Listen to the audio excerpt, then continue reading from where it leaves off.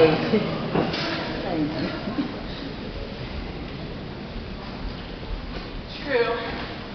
Very, very dreadfully nervous I have been and am, but why will you all say that I am mad? The disease has sharpened my senses, not destroyed, not dulled them. Above all was the sense of hearing acute. I heard all things in heaven and in earth. I heard so many things in hell. How then am I mad? Hearken, and observe how calmly, how fully I can tell you the whole tale. You see, it is impossible to know when the idea first entered my brain, but once conceived, it haunted me day and night. Object there was none. Passion there was none. I loved the old man. He had never wronged me, had never given me insult. For his gold I had no desire. I think it was his eye. Yes! It was this! One of his eyes resembled that of a vulture, pale blue with a film over it. When it fell on me, my blood ran cold. And so, I decided to take the life of the old man and rid myself of the eye forever. Now this is the point. You fancy me mad. Mad and know nothing! You should have seen me. You should have seen with what foresight, what caution I went to work. I was never kinder to the old man than the week before I killed him. And every night, just at midnight, I would open his door so cautiously. And when I had an opening sufficient for my head, I put in a small lantern, all closed so no light shone out. And then I put my head in. I resolved to open the lantern just a little bit, so that a small ray fell upon the vulture eye. But I was never able to do the work, for I found that I was always closed. It wasn't the old man who vexed me, but his evil eye. And every morning, I would go boldly into the chamber, calling him by name in a hearty tone, and inquiring how he had passed the night.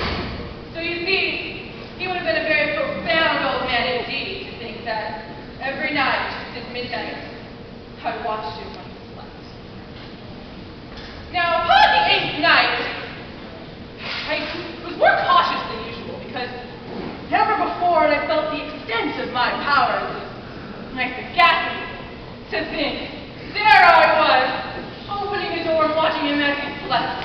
And he not even to think of my secret deeds or thoughts. I fairly chuckled at the idea. And perhaps he heard me, for he moved suddenly on the bed and startled.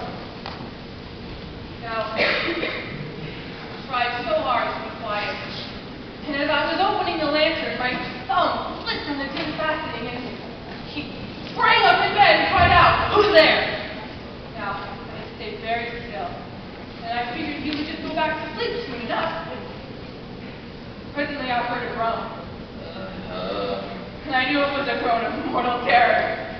I knew he'd been lying awake ever since that first little sound, so I resolved to open just a tiny little bit of the lantern, so a thin little light shone out upon the vulture eye. There it was, staring right back into my soul. Presently, I heard a small noise. It was a low, dull, quick sound, much as a watch makes when enveloped in cotton. Now I knew that sound well too. That was the beating of the old man's heart. It excited me to controllable fury, just like a drum encouraging a soldier to battle. But now a new anxiety gripped me. The sound would be heard by a neighbor. No, the old man's time had come. With a loud yell, I leapt into the room and threw him off the bed. He tried to crawl away, but that wasn't happening. I grabbed the bed and I threw it on top of him. Now the heart beat on for many minutes with a muffled sound, but that didn't vex me. It wouldn't be heard through the wall.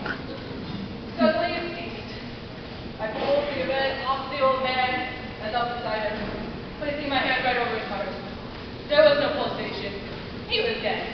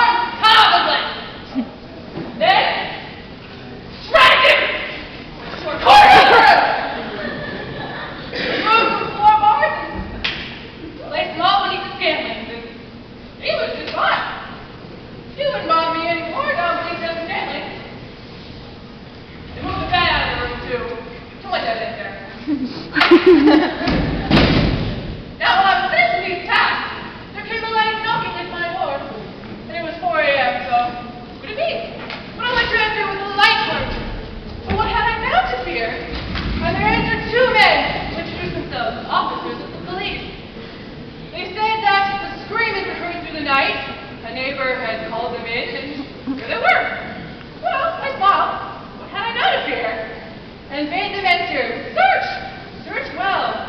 I told them the scream was my own in a dream, and the old man I mentioned was away in the country. I led them through the house, and I went to his chamber, showed them his treasures, said he was cured. Then we were weary, and so I requested that they stay the night here, rotting chairs. And I myself placed my chair at the exact spot beneath which reposed the corpse of my victim. Then we sat and we chatted, and while I answered their questions cheerily, we chatted pleasant things. But ere long, I felt myself grow terribly pale. My head ached, and I fancied a ringing in my ears. I spoke more freely to get rid of the feeling, but still it increased. I don't know what it could be. I tried to get rid of it, but it grew and it gained intensity until I realized the sound was not within my ears. No doubt I now grew very pale. But what could I do? Was it possible these officers heard it not? Maybe so. But when it grew louder, where was it coming from? I tried to talk more quickly and more vehemently, and still it rose over all. And now I realize what it was. It was a low, dull, quick sound, much as a watch makes when enveloped in cotton. Oh God. Was it possible they didn't hear it? No. They heard it now. I was certain of it. It was so loud. I arose and I argued about trifles, speaking in high key with violent gesticulations,